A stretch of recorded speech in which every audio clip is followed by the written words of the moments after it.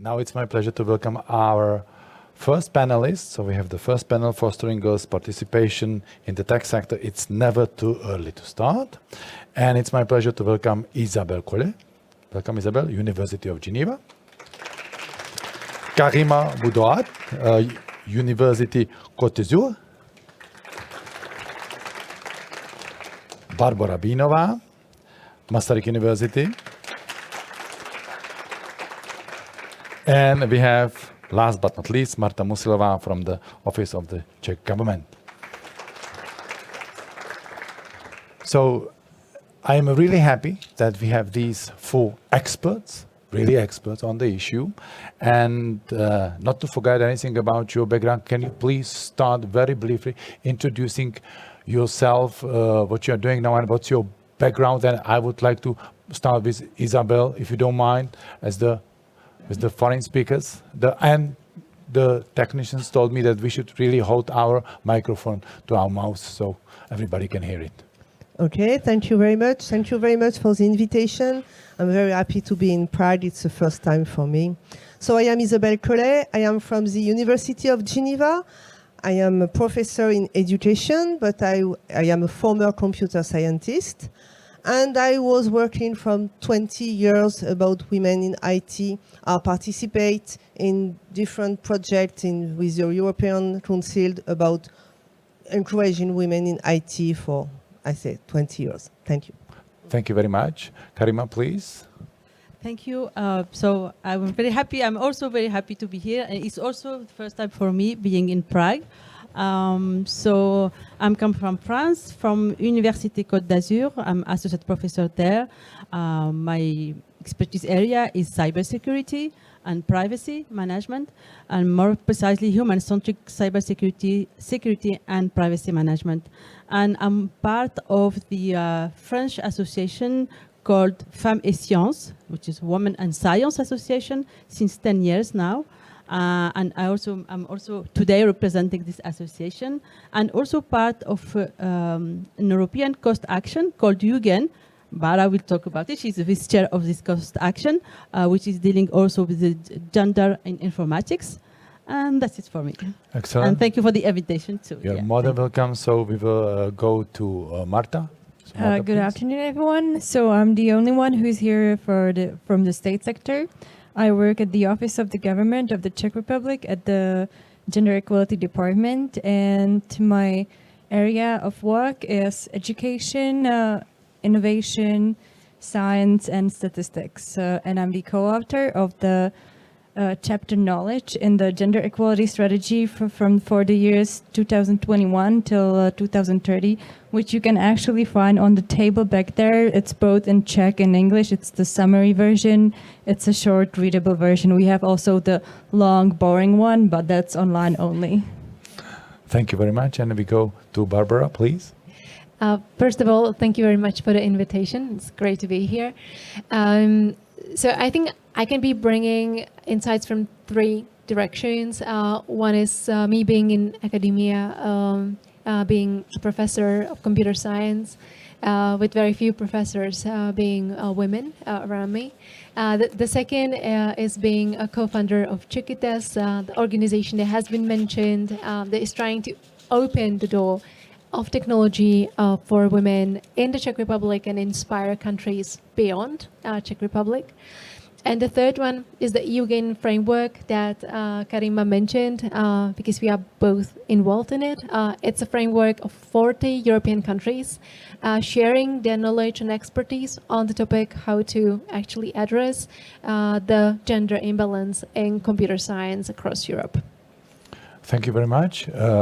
We have two panels, as you know, and we will try to concentrate in this first panel more on education, research, careers, since the second one is more focused on business.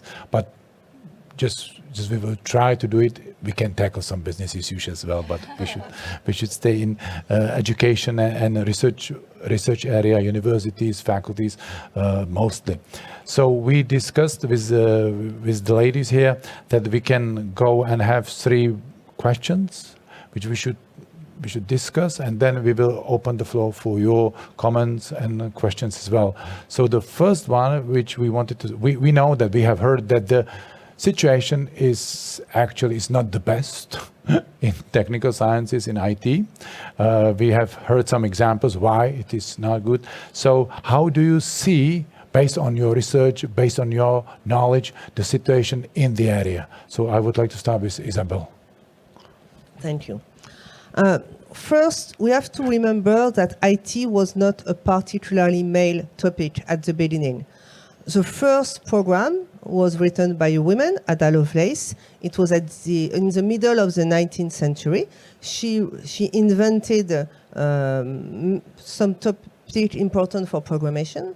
And then we have after Ada Lovelace, we have also, for example, Grace Hopper, who invented compilation and the COBOL language, which is a very important language for business.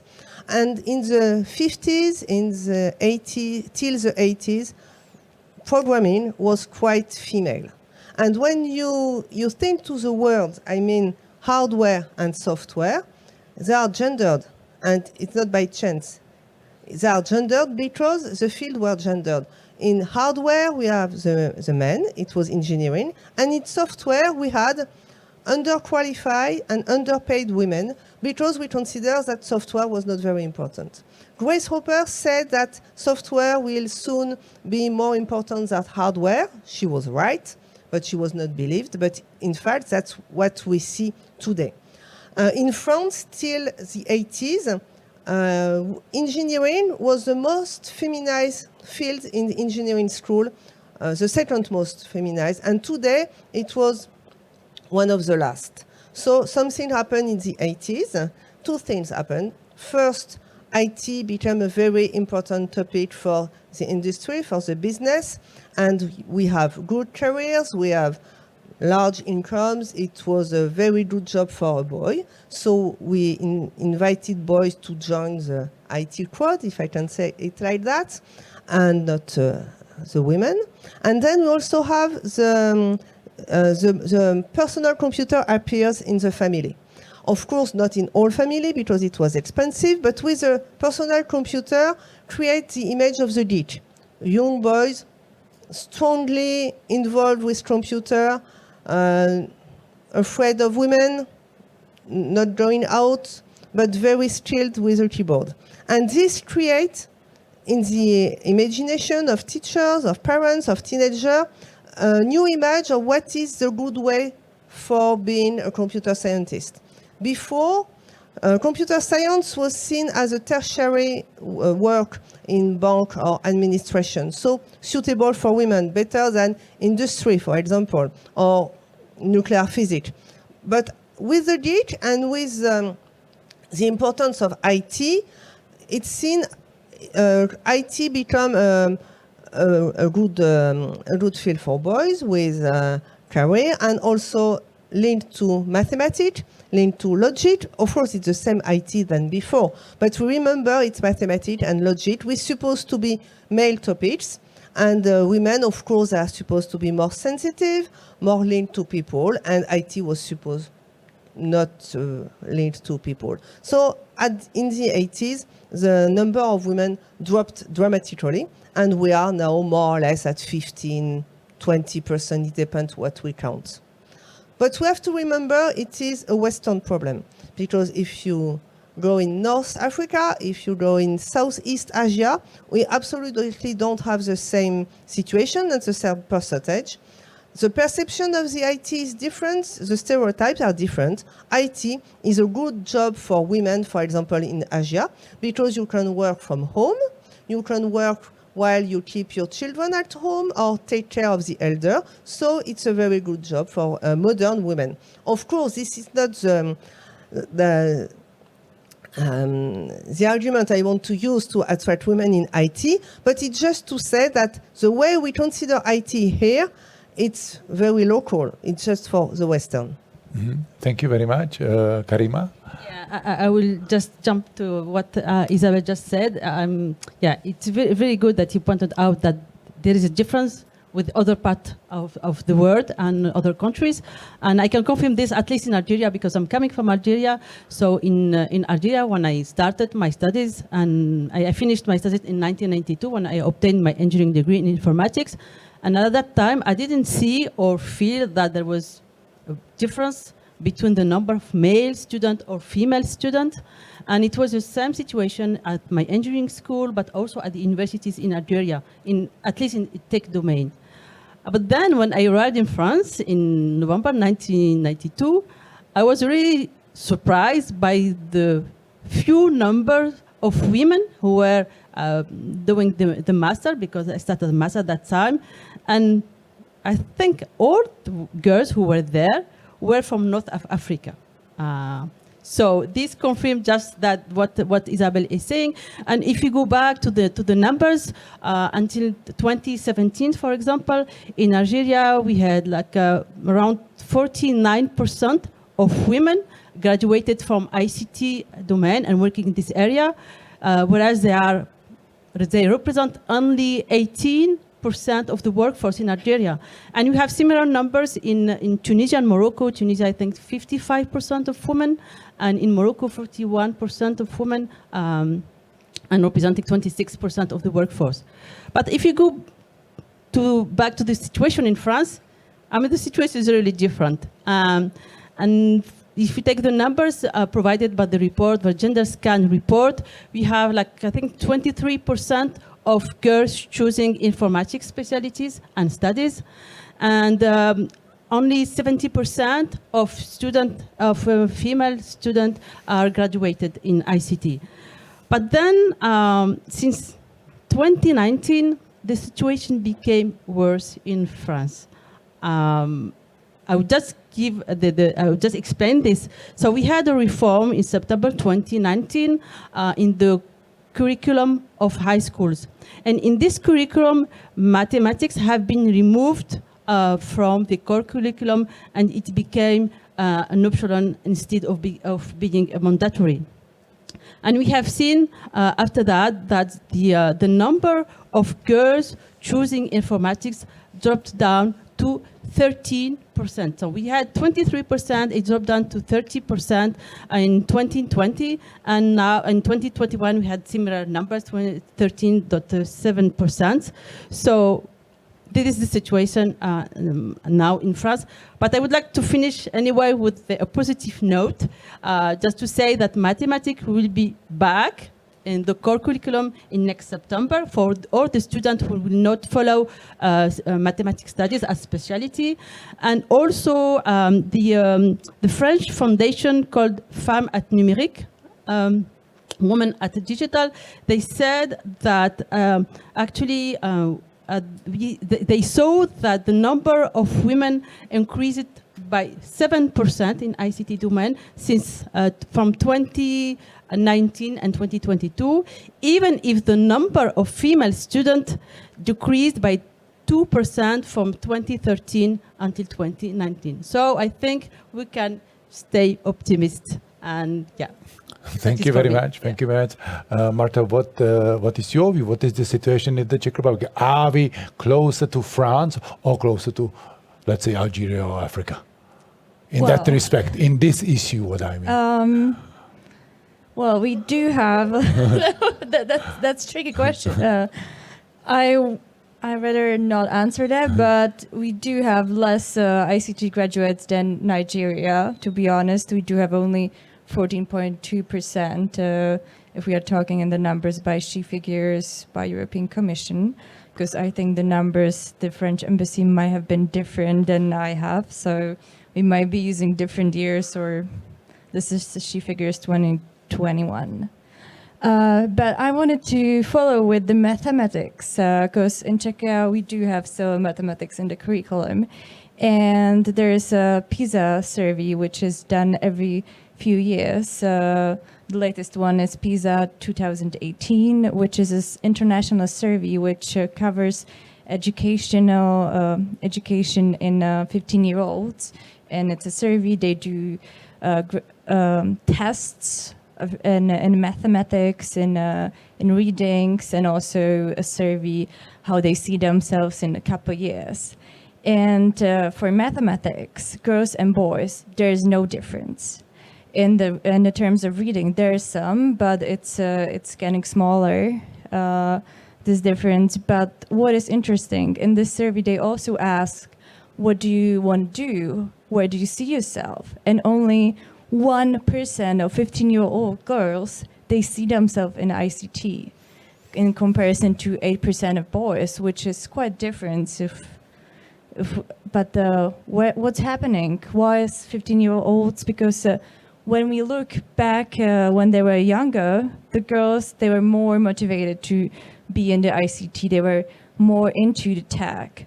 But as they get older and now they are supposed to choose their career, suddenly they are stepping back from the ICT. Like why is this happening? There was one research, and actually even now, well, this research is few years old, but it's not old. It's a couple of years, and actually the families of with the girls and the boys together, they look at their careers, like, what do you want to do, and is this okay for you to have kids with? And for boys, what do you want to do, and is this paid enough for you? So therefore, the girls, they won't choose ICT because you were talking about the platform working actually.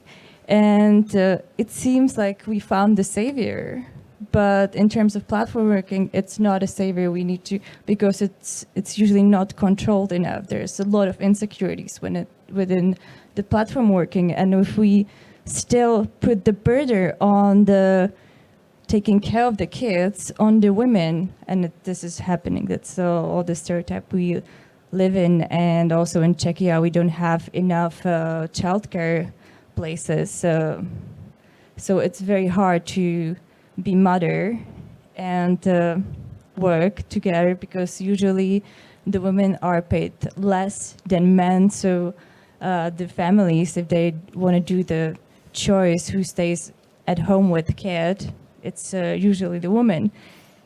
And that's one thing. Why is this happening? And also, another research found out that it's connected with the stereotypes that being a computer geek, it's considered to be manly or masculine, in comparison to being a girl who understands the computers. I think this is slowly changing, this narrative also within the media, because when you watch TV, you see a lot of it's getting better, the representation of women in tech, and it's something we see a lot nowadays. For example, Netflix has, I think, their whole production, it's based on, it's very gender anti-stereotypical. I think they put money in that. And I think I'm talking a lot, and I should pass to Barbora. No problem. I am glad you mentioned that it's not easy to be a mother. I have to admit that I tried to be on paternity leave. I did paternity leave. I was happy to do so.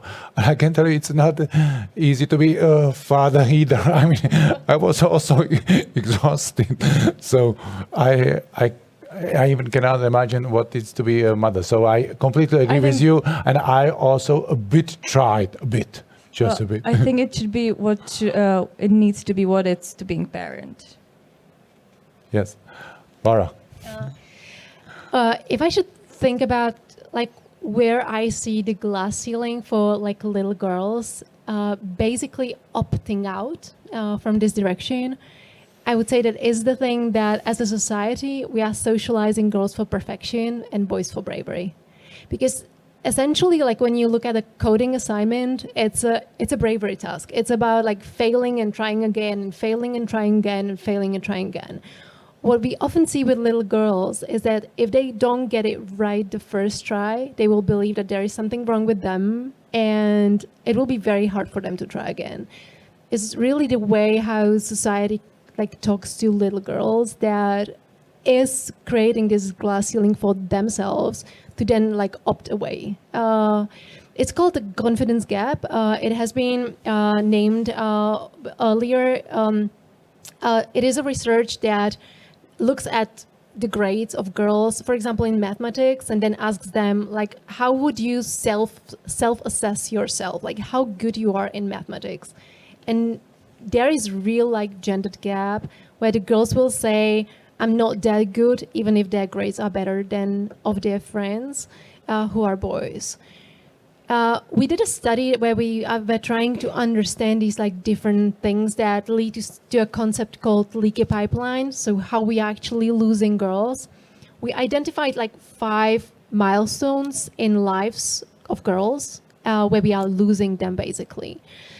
The first one is access to encouragement when they are little. So basically they told us like, I didn't even consider it. It didn't cross my mind. Nobody encouraged me to even consider that direction. The second is stereotypes of the mostly mothers who want to protect them from going in the wrong direction. So it's not really with the attempt to steer them in the wrong direction, but like really the close family wanting the best for the little girl. And if their mother can't really imagine a future, like a success for her little girl in computing, she will better navigate her towards fields like economics where she can imagine her little girl being successful. The number 3 is the confidence gap we just talked about. Number 4 is a sense of belonging, really like ending up in an environment where I don't really feel I can show my real talents to my environment. And number 5 is feeling valued for what my talents really are. And that is actually really sad because we see that girls indeed bring really non-stereotypical talents to the table if they show their talents. Because most of the time, girls who are in technology keep their talents hidden from their colleagues. And that is why they might get frustrated and then not lead to the leadership roles. Because like feeling that maybe the fact that I would like to like work more cross-disciplinary will be seen as a second class by my colleagues. So maybe opening up, seeing more talent in the people, seeing more value in the differences we can bring would actually open up technology to more girls. Thank you very much. All these answers were, fantastic. It's a fantastic lesson for me as well as also for the others. The second question, the second round I would like to do now, Tilman Becker also mentioned why is diversity in the IT field so important. Do you have some other examples and other reasons and facts why it's really important to keep that diversity, that the girls are more involved in IT, more in technologies, because otherwise we might have some consequences which are not good for ourselves as a whole? First, I would like to precise something. I didn't speak about platform workers. I spoke about theoretical computer science, because the more it's theoretical, the less you need to go out. So it's theoretical IT, which is particularly considered as a female topic, which is quite astounding for us, because we used to say if it's very logical, theoretical, women don't like because they like natural thing. No, it's absolutely it's absolutely something we don't believe here, and of course it's nothing about nature. It's everything about culture.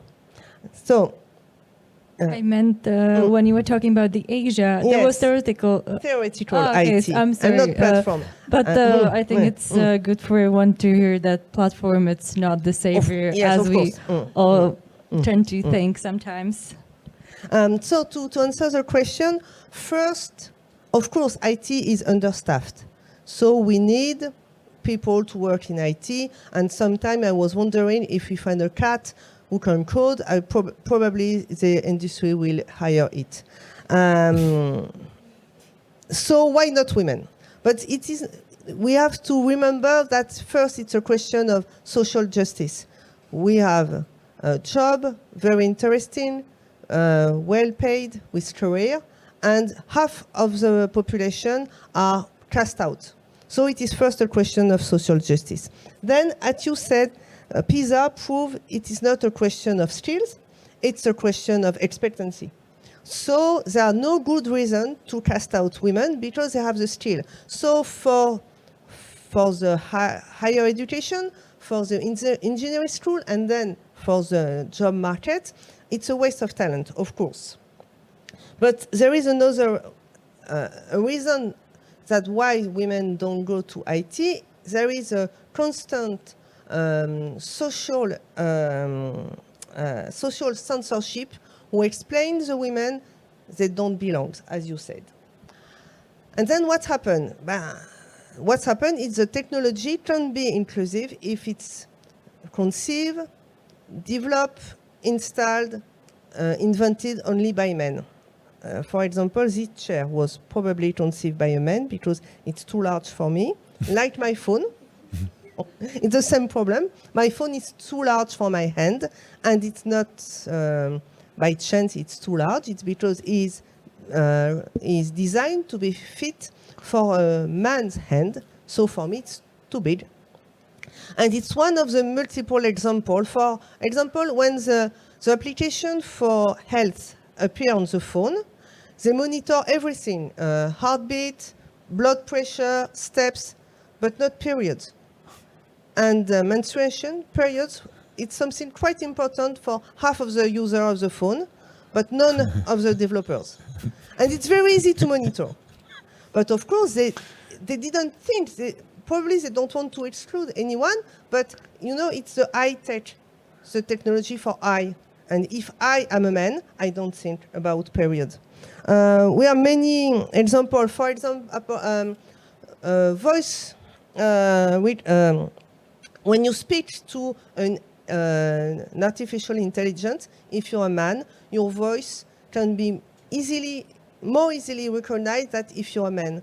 Because AI was trained with more male voices than female voices. So it's easier to recognize a male voice than a female voice. So you can say, we just need to fix the data set. If we put more equal men and female voice, soon the AI will recognize as well men and female. Unfortunately, we have 10 or 50 years of algorithm which are improved on male and low voice. So even if you fix the data set, it's still more difficult for AI to recognize a female, a high voice, than a low voice. So there are many examples which prove that IT is designed for the people who design the IT. So if you want an IT inclusive, we have to have more diversity inside the computer team. Thank you. Okay. Yeah, thank you for the example, Isabelle. So I just would like to emphasize on these biases algorithms. So I would just stay with the example of the phone. If we take the facial recognition, for example, we have seen that actually the facial recognition programs have difficulties to recognize women faces. And also, if we take some AI programs, because I really would like to emphasize on these biases in AI, there are two, at least for me, interesting examples for job markets. For example, in 2014, Amazon has developed programs for internal job recruitment. And after using it during 1 year, they have seen that actually the program didn't really like women and was really, how we say, discriminating them. And there is another, and I think in 2017 they have decided to stop using it. And there is another interesting example related to job advertising. So I think 3 or 4 years ago, they have there was a job advertising used by LinkedIn and Facebook, and it has been proved that this job advertisement was advertising on, the job with high responsibilities for men, mainly for men, and not really for women. So I think, yeah, Isabelle, you are right. Yeah, it is important. To take into account gender balance, particularly for training data set, but also having gender balance in the developer teams, and having women also involved and as men, because developing this application is really important to have also the women point of view and women expertise and knowledge. And again, I think it's also really important to have the gender balance, otherwise we will miss 50% of expertise, of women talent. And also, just to point out also this, if we don't push girls to tech studies, a lot of women will not find jobs in near future, because many of the jobs today need tech expertise. And to finish with numbers, because I like numbers, in France, 93% of high school students and 97% of parents think that it's really important to encourage diversity in tech domains. Mm-hmm. So, yeah. Okay, Marta? Thank you. I will also add to the AI, because if the male developers, if the developers are mostly men, then we foster inequalities, and we are taking them and putting them in the AI. For example, if you think about the names of our AIs, it's Alexa, it's Siri, it's Cortana. All these are females. Well, now we have Google Bard, which is one of these men, but we think as AI as our servants. So, which are mostly, in many cultures, women are the ones who are serving. So that's why we give AIs the names. And also, I don't know how is it in your languages, but if you try to use the GPT, and in Czech, ChatGPT, she talks as she or he. Yeah, it's like I hadn't asked it about its gender, but it has the she talks about itself as a she. So that was on top of this, but why do we also need the diversity? It's because I'm from the States, so I need to have this from the state point of view, because state and the EU, we do fund research and innovation. And this is funded by the people, even though by the taxes.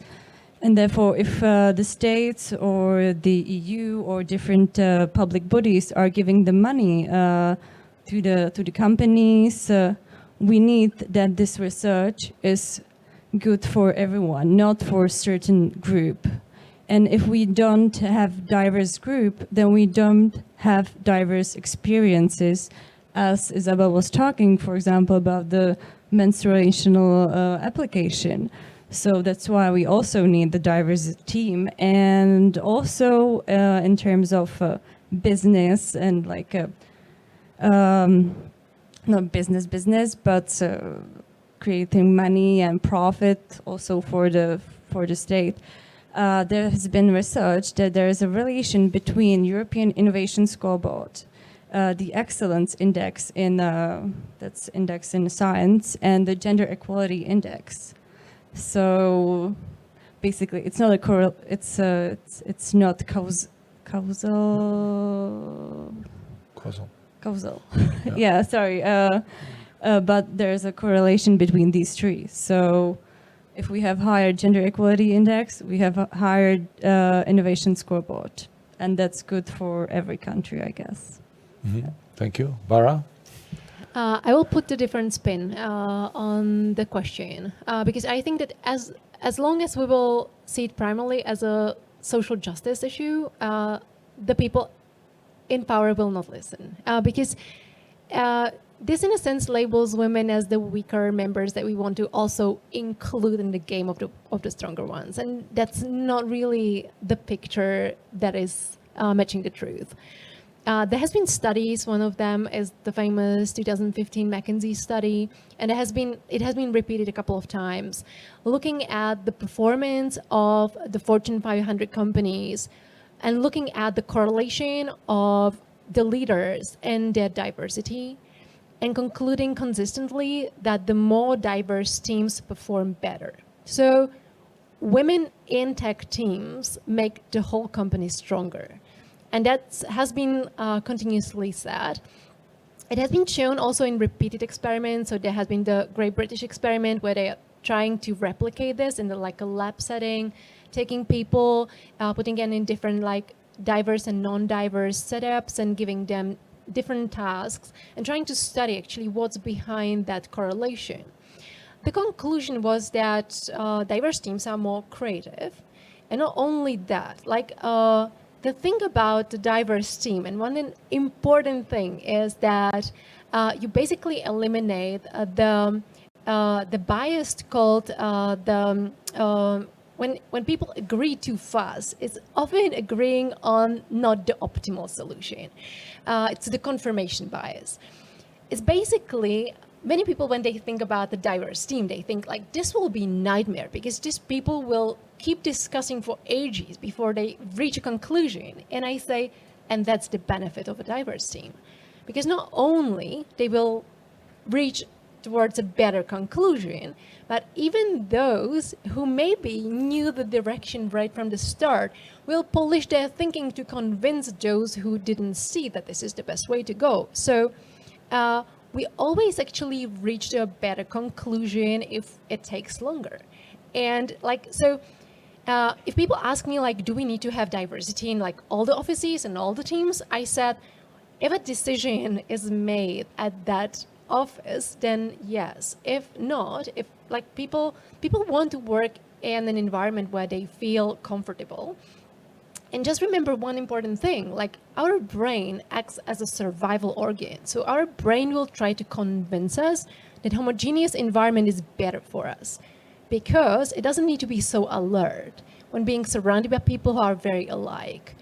And so this has been also the Daniel Kahneman, who has written the Thinking Fast and Slow book, received the Nobel Prize for Behavioral Economy for this like very like way of showing that while in the behavioral economy, we had the thinking that we consider the facts and then make a rational decision, what is actually happening in our brains is that we first spontaneously make a decision. For example, I like this person more. And then we find rational reasons for that. And we are very smart, so we can find the reasons why like homogeneous environment is better, why it's achieving better results, etc. Because our brain is wired that way. It's trying to navigate us towards an environment where people are very alike, because it doesn't need to work so hard in protecting us in that environment. So research shows that diversity brings us to better performance, but we still need time to actually see those success cases in our proximity to start believing it. Mm-hmm. Thank you very much. It was really another perspective, however, very interesting point of view, very interesting. Now we go to the third question, and we will also ask the audience to come in and ask the point of view. So the third one, and I would like to be brief now, is in education, in research careers, in universities, what is your suggestion which should be done nowadays? Because something should be done, and what do you think, or in your experience, what has been working and what has not? We can also talk about the bad examples. Okay, so we might start with Karima. Yeah, okay. Thank you. So I would like to respond to this question, take into account the action, particularly action in France, and the action undertaken by the association Femmes et Sciences, and also an initiative called What06, Women Hackers Action Tank. And so I will just focus on 6 main actions. The first one is really to train teachers, so teacher from primary and secondary and high schools, because really important. These people are the closest people to the girls, so it is really important to train them. And the Women in Science Association in France, since 2020, is organizing a webinar and to this teacher. And this webinar is now part of the teaching training, official teaching training plan of the teacher. The second action is probably to propose specific scholarship for female students at license and master level. And I think, if I'm right, the Paris-Saclay University is discussing this kind of scholarship for the next academic year. The third thing is really to increase the number of, digital challenges, such as cybersecurity challenges, coding challenges, days and nights, but also this event that are dedicated to girls. So I don't know who was talking about the girls. I think I don't know, somebody was talking about the girls Day Tech that are organized around the world. And in Nice region, there is a What 06 has organized the first one 2 years ago. And it was a really successful event because we had like more than 20 mothers coming from the working class, bringing their daughters. And we had also an interesting feedback from a father who said after this event, his daughter wanted really to choose tech studies. And I'm working with a company, a cybersecurity company called Fortinet, and Fortinet is also organizing some cybersecurity challenges at primary school. And also, just to come back to the Girls Day Tech, I organized a cybersecurity workshop, was very successful with these girls. The fourth action is mentoring. And for mentoring, I would like just to underline that it is important to have two kinds of mentoring. A mentoring with professional women who mentor high school students, but also students from university and engineering school, but also having mentoring with students from university engineering school, mentoring students from high school and secondary schools. I think this is really important. And Femmes Association has created a special mentoring program, the first mentoring program at universities dedicated to PhD students. And now it's really successful. And we have like more than 11 universities in France having a partnership with Femmes Sciences. There is also role models, but I think Isabelle will really talk about it and will explain it more this action. And finally, I would like to focus also on specific tech prices for girls in high and secondary schools. I think it's really important for these girls that choose tech studies, just to like make them more confident and to push them, and also specific prices for women working in tech domain, and also What 06, for example, has created a Women in Tech trophy in 2019, and this was really great. And I saw that the women who had the prizes, became more visible, and it increased their self-confidence and so on. So I think, this what I would like to share, maybe. Thank you very much. Isabelle? I would like to challenge two beliefs about action, affirmative action. So first one is we have to act very early because with children, stereotypes are not known or not well known. First, it's a mistake because at the age of 5, children are as competent as adults about stereotype. But even if it's too late for stereotype, of course, it's a good idea to teach code, to teach how to code at elementary school, and usually girls and boys, but girls are very enthusiastic. But it's easy at that age because there's nothing at stake. I mean, orientation decisions are far away, and IT does not threaten their femininity. They are still young. But at teenage, it's something more difficult. But this is where it is important. Because at teenage, girls tend to avoid mathematics or IT because first boys say it's for us, it's our territory, and they are afraid that they will not look enough feminine, and they tend to draw to more stereotype orientation. But it's really the moment that we have to convince girls and boys that computer science is a discipline for both. If we don't address boys too, they will continue to say it's our field. And we need to consolidate the interest of the girl who want to make this choice, because it's at this moment we maybe lose them. And the other belief is about role model. Sometimes we hear role model is very important, is the only things we have to do because first it's easy, it's cheap, and we have many inspiring women. So yes, it is important to highlight inspiring women, but it's important to highlight every woman in IT. You, me, and not only the CEO of Facebook, for example. It's quite difficult for a young girl to imagine that later she could be CEO of Facebook, but it's probably more easy to imagine that she can be you, or me, or you, Barbora. And so the other thing, it's absolutely important, is to remember it's not only we need to attract women in high school, in higher education, but we need to retain them.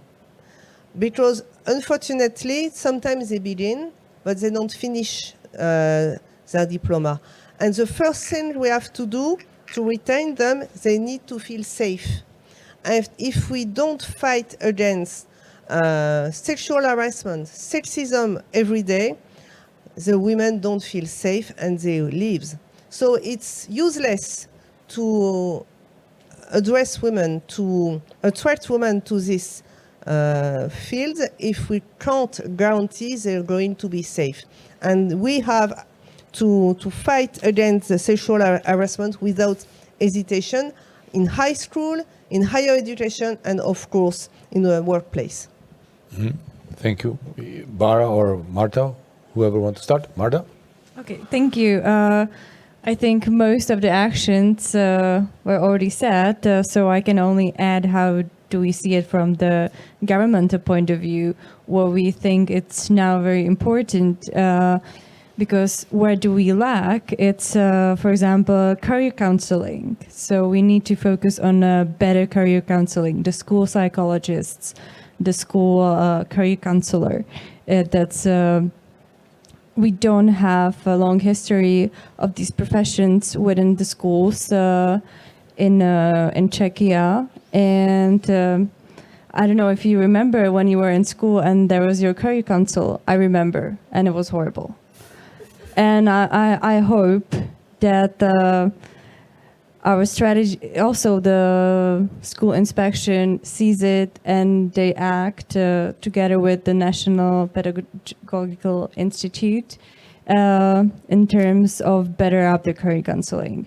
But that's long term, where do we lack, and we need to do it better. We need to make seminars for the counselors. We need to do more methodological books and stuff like this, but also we need to educate the teachers themselves, either way on the pedagogical faculties, and now actually the universities can apply for grant from the operational programs in order to change their curriculum to put gender equality more in their curricula in the universities, for which prepares the teachers, which is because usually there's not enough funding to do anything. But now there's EU funding. There's also governmental funding. So this is, I hope that the teachers also will do some seminars more, because like now the National Pedagogical Institute, there are some seminars on gender equality, but the teachers, they don't have much time in order to take them. And what is one seminar? If you watch one video, 2 videos, nothing happens. We need to start at where do we educate the teachers, therefore they are not stereotypical and they actually motivate girls and boys in what they want to be and they need it to be. Mm-hmm. Thank you very much. Barbora, is the Czechitas right way to go? Absolutely. Like, I think that anyone, but it's like most of the courses are in Czech language. But yes, I believe that a good portion of people in the audience. So if you wanted to try like a fresh start with technology, Czechitas is definitely like a way to go. If I should like from the effective measures that the whole technology field can do to actually open the door to diversity, if I shall choose one and only, I would say let's start appreciating diverse talent. Because what we do nowadays is that we rank talents to the first-class citizens and the second-class citizens.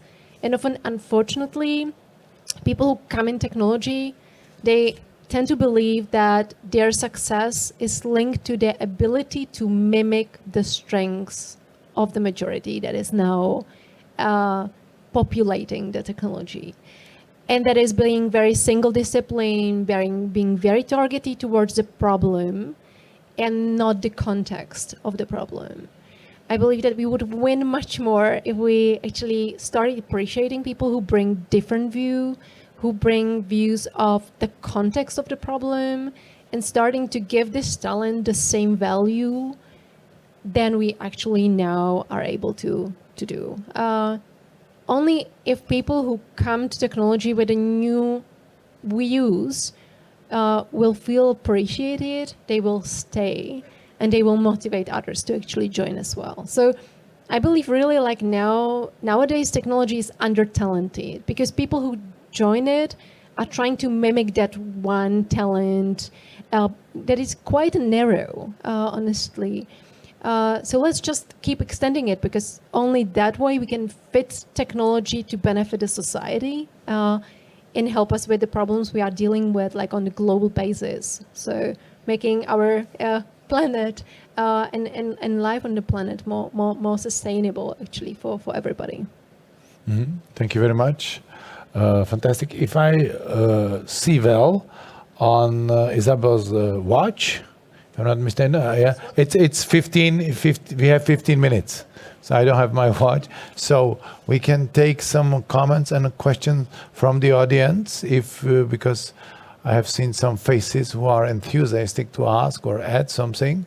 So the chance is yours. Fantastic. And we will ask I can be the assistant. Okay, thank you very much. To use the microphone.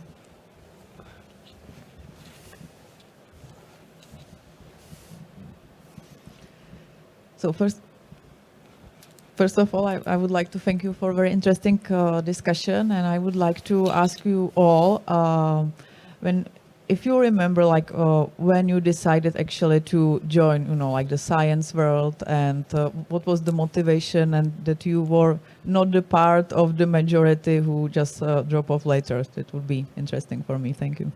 Okay, thank you very much. Marta, won't you start? Well, I study sociology, so I'm social scientist, so that question is probably not for me. I'll know. I am a social scientist as well. I'm sorry, I studied sociology, same department. We discovered that before. So, Isabel, the floor is yours.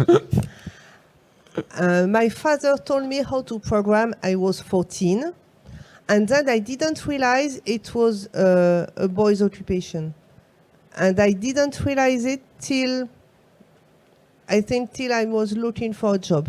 Okay, I didn't look very well around me, but I was absolutely sure because I can do it, everybody can do it, and I was good in IT, so I didn't ask myself any question at all. My first question happened when I was looking for a job, and nobody hired me. It was not the situation we have now, of course. Now I would find a job. And I realized that people, the employers, were afraid I could have many children, I will take care exclusively, so I was not the first choice. But when I was a teenager, I was a geek, and I did not know that maybe IT was not for me. And it protected me all the way till the bachelor. Mm-hmm. Thank you. Karima, what is Yeah, your motivation? My experience, is really different because I really loved mathematics when I was doing my studies. And when I finished, I had my baccalaureate, I really wanted to be, it was like a dream since I was young, to be a pilot, as my father was pilot in the army. So, but anyway, it was not really easy for women at that time to be pilot in the army. So I decided maybe to do it in the civil, to be a civil pilot. But then in Algeria at that time, it was exclusive for men. Women could not be pilot. Now things have changed. So I was really disappointed. I had my baccalaureate, very happy, and then I was, I don't know what I will do because my dream now dropped down. So I said, okay, I love psychology, so I will do psychology studies. And then I discussed that with my grandmother, the mom of my mom. And she said, oh no, psychology is, you can do this just by yourself, just, learn and read things. But I think, informatics is a right domain and the domain of the future. So you should go there. And I went with her. We went to the informatics engineering school in informatics at Algiers. It was the best one in Algeria. So we went together to discuss with the director, and she wanted really to convince me to do that. And I joined that informatics school, and then I stayed in informatics. But when I had my PhD in computer science, it was in cybersecurity, of course, detecting attacks in the network. But I said, okay, I finished this PhD, and then I will start another one to understand the psychology of the hackers. And I didn't do it because then things went very, very quickly. But anyway, so I started informatics studies thanks to my grandmother. And I can say, thank you, grandmother, for having, giving me a very good advice. Yeah, thank you. Thank you very much. Barbora? So for me, again, like a very, very different journey. So what's worth to say is that none of my family members had studied university. So none of my parents, grandparents, aunts, uncles, etc. Like nobody in the family. And that was a great thing because then I was thinking, okay, I can actually then go and try anything because if they just like lay me off, then nobody cares. I don't feel any commitment to finish university if like I would be the first in the family anyway.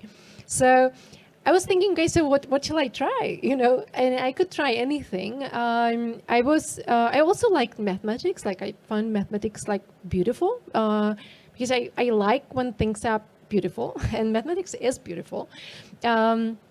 So I applied to 3 universities which had like mathematics, like the entrance exam for mathematics. So I found 3 I didn't really prioritize. So it was economics, it was the mathematics and physics, and it was the computer science. I didn't know like anything about any of these. And I got accepted to computer science without the entrance exam.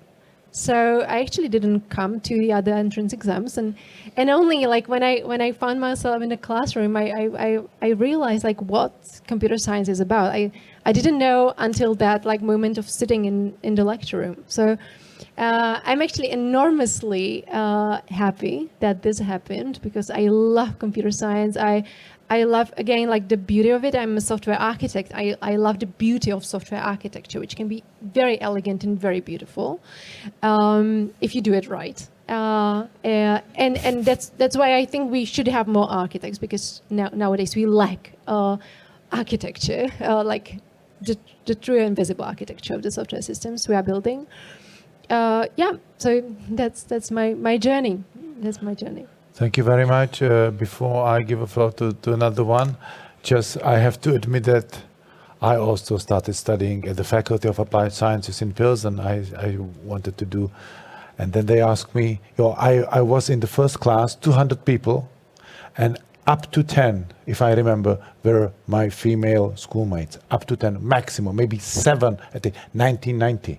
I'm talking about 1990. And they told us, look left, look right, and remember, you don't have to remember these faces, because 50 of you will not be here in next 3 months. And I liked one girl, and then I stayed for another half a year because of this girl. And then they asked me, what would you like to do? I would like to be a director of a culture center. So go study sociology, because this is your way. And I went to study sociology. So it's another story. I'm sorry for that. So please, we have another question right here. We have the microphone, yes.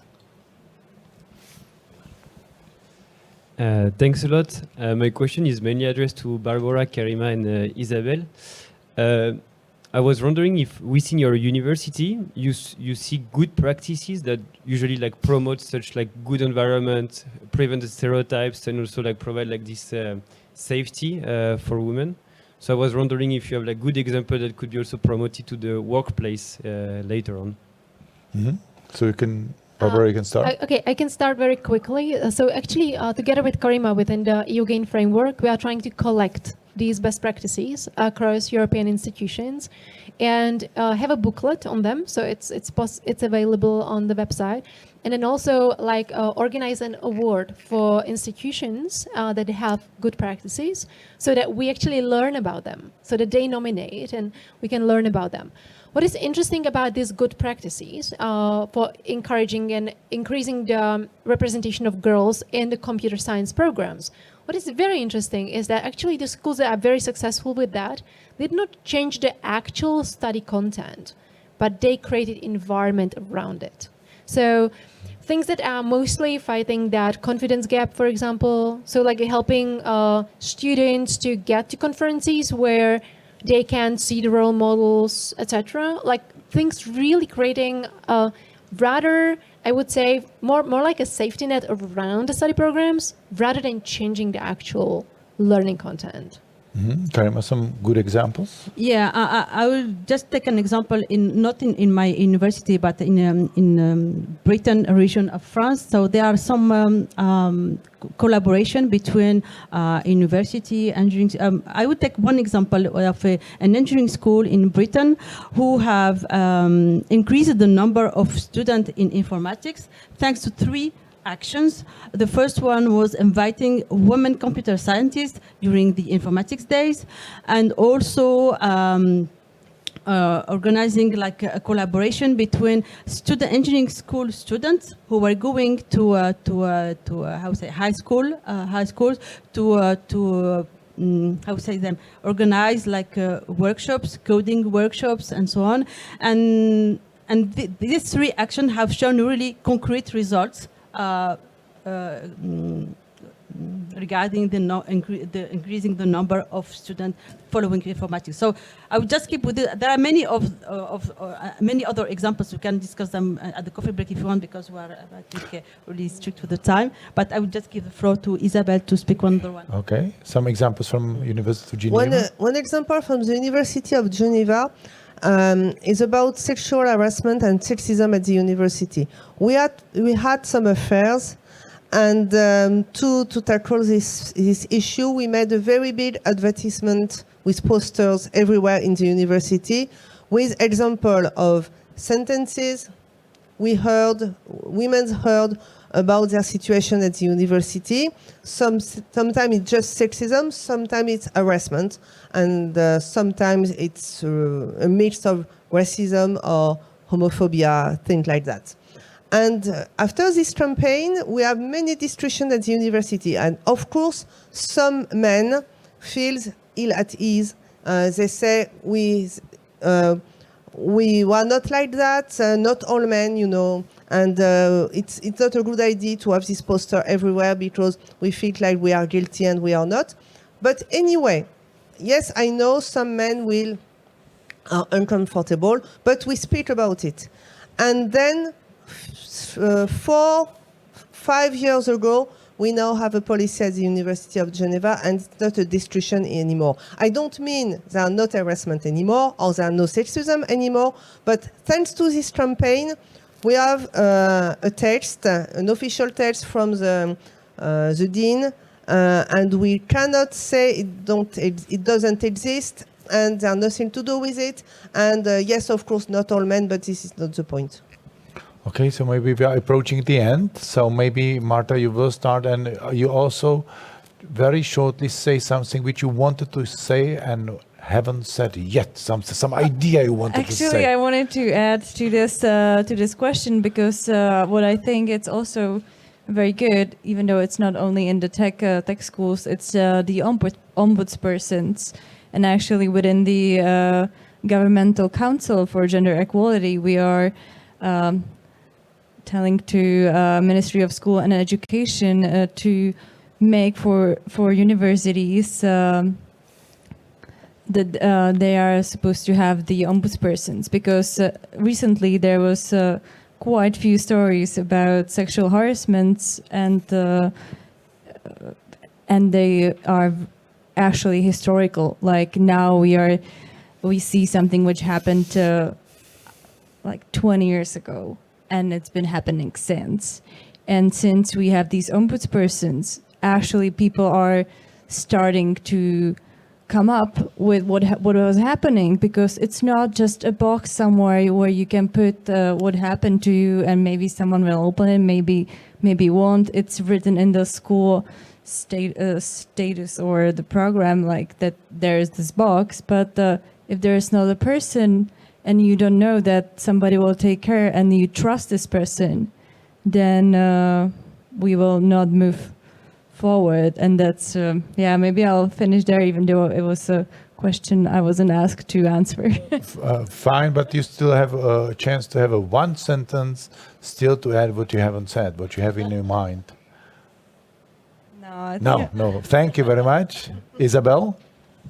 I think I said pretty much everything I wanted to say. So Fantastic.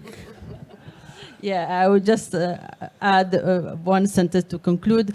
From my point of view, I think it's really important to have like a close and strong collaboration and partnership between education, but when I talk about education is primary, secondary, high school, and higher education, and also collaboration, so between the different levels of education, but then with education, industry, association, I would say mainly women association, because mostly of women associations are really taking care about this gender problem, and also parents, because parents are also very close to the girls, and they have an influence on the choice of the girls.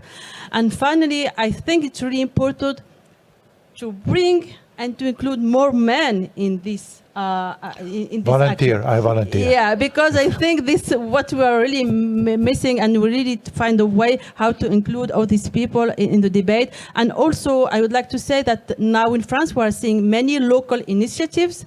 So the question now is how to.